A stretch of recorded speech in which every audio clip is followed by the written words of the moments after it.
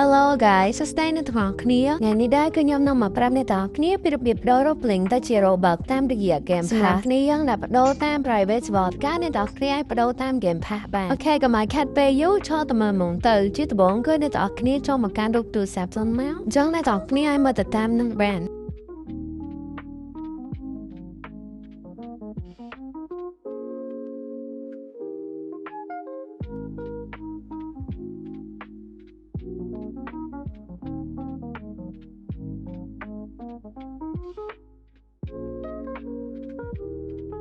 សូមមកដល់នៅកន្លែងនេះបើសិនជាអ្នកទាំងអស់គ្នាបដូរតាម Private Server ការអ្នកទាំងអស់គ្នាអាចចុចទៅលើ Game Pass បានគឺវានៅខាងក្រោមហ្នឹងអ្នកទាំងអស់គ្នាចុចទៅបន្ទាប់មកអ្នកទាំងអស់គ្នា Next គឺហើយអ្នកទាំងអស់គ្នាចុច Go to Roblox Create Game Pass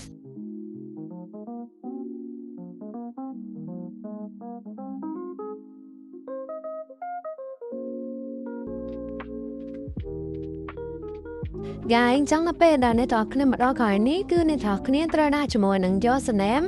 ហើយជាមួយនឹង password account របស់យើងសម្រាប់ password ហ្នឹងគឺជាលេខកូដ account របស់យើងចឹងអ្នកទាំងអស់គ្នាធ្វើការបំពេញតាមហ្នឹងរួចចុច login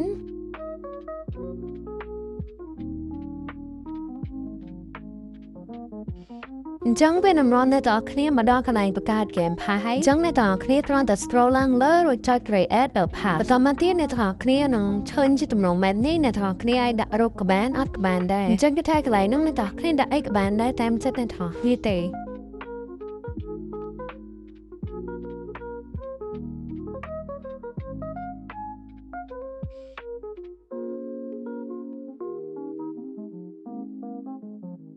នៅពេលដែលអ្នកទាំងអស់គ្នាបំពេញរួចហើយអ្នកទាំងអស់គ្នាចុច Create Pass បន្តមកទៀតអ្នកទាំងអស់គ្នាធ្វើការ scroll រក Game Pass ដែលយើងបានបង្កើតបាញ់មិញហ្នឹងរួចអ្នកទាំងអស់គ្នាចុចទៅលើ Game Pass មួយហ្នឹងទៅ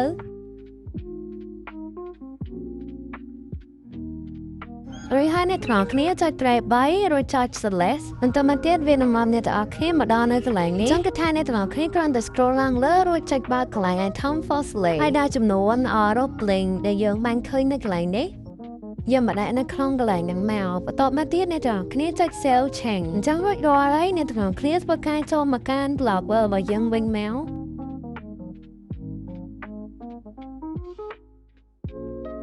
នៅពេលដែលអ្នកទាំងអស់គ្នាមកដល់ Blower វិញហើយអ្នកទាំងអស់គ្នាចុច Broadcast with Drive នៅពេលដែលវាចេញដល់គណៈជាគ្រុយបែបនេះគឺមានន័យថាអ្នកទាំងអស់គ្នាគឺបដូរបានរួចរាល់ហើយអញ្ចឹងវាធំក៏មានតែប៉ុណ្្នឹងទេអ្នកទាំងអស់គ្នាអាចធ្វើការ view មើលតាមនឹងបានហើយចំពោះ Roblox nàyខ្ញុំរកបានលើក៏អត់សូវបានទេអ្នកទាំងអស់គ្នាដោយសារតែខ្ញុំអត់បាន post video អីណាមួយ video ខ្ញុំក៏អត់សូវមានអ្នកមើលដែរអញ្ចឹង view ក៏វាតាមនឹងអញ្ចឹងទៅ guys អ្នកទាំងអស់គ្នាអរគុណសម្រាប់ការមើល video មួយហ្នឹងហើយ video មានតែប៉ុណ្្នឹងទេជួបខ្ញុំនៅវីដេអូក្រោយបាយបាយហើយផ្សេងអ្នកទាំងអស់គ្នាបើសិនជាមានចម្ងល់អីអាចសួរខ្ញុំបន្តទៀតបាន